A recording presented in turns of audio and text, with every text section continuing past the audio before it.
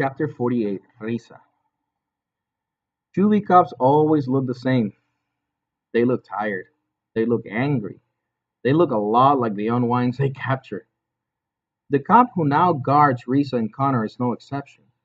He sits blocking the door of the doctor's office they're being held in, with two more guards on the other side of the door just in case.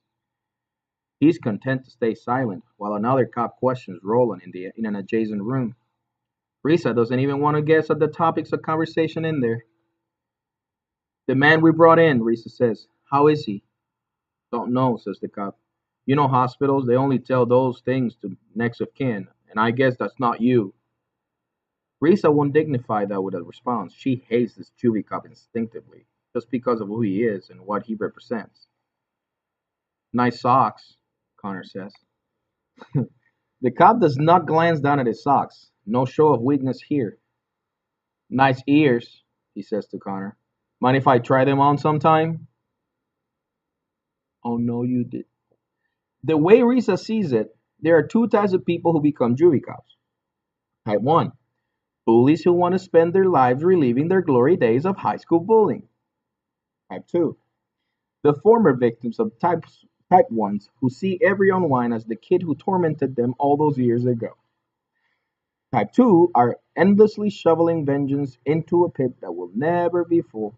Amazing that the bullies and victims can now work together to bring misery to others. How does it feel to do what you do? She asks him, sending kids to a play that ends their lives. Obviously, he's heard all this before. How does it feel to live a life no one else feels is worth living? It's a harsh blow designed to get her to shut up. It works. I feel her life is worth living, says Connor, and he takes her hand. Oh, anyone feel that way about you? It gets to the man, although he tries not to show it. You both had more than 15 years to prove yourselves and you didn't. Don't blame the world for your own lousy choices.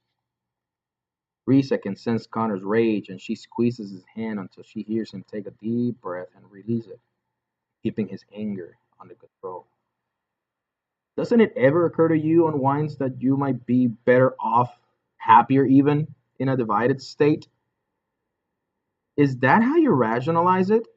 Says Risa, making yourself believe we'll be happier? Hey, if that's the case, says Connor, maybe everyone should get unwound.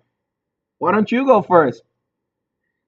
The cop glares at Connor, then takes a quick glance down at his socks. Connor sniggers. Risa closes her eyes for a moment, trying to see some ray of light in this situation, but she can't. She had known getting caught was a possibility when they came here. She knew that being out in the world was a risk. What surprised her was how quickly the juvie cops had descended on them. Even with their unorthodox entrance, they should have had enough time to slip away in the confusion. Whether the Admiral lives or dies, it won't change things for her or for Connor now. They are going to be unwound. All her hopes of a future have been torn away from her again, and having those hopes, even briefly, makes this far more painful than not having had them at all.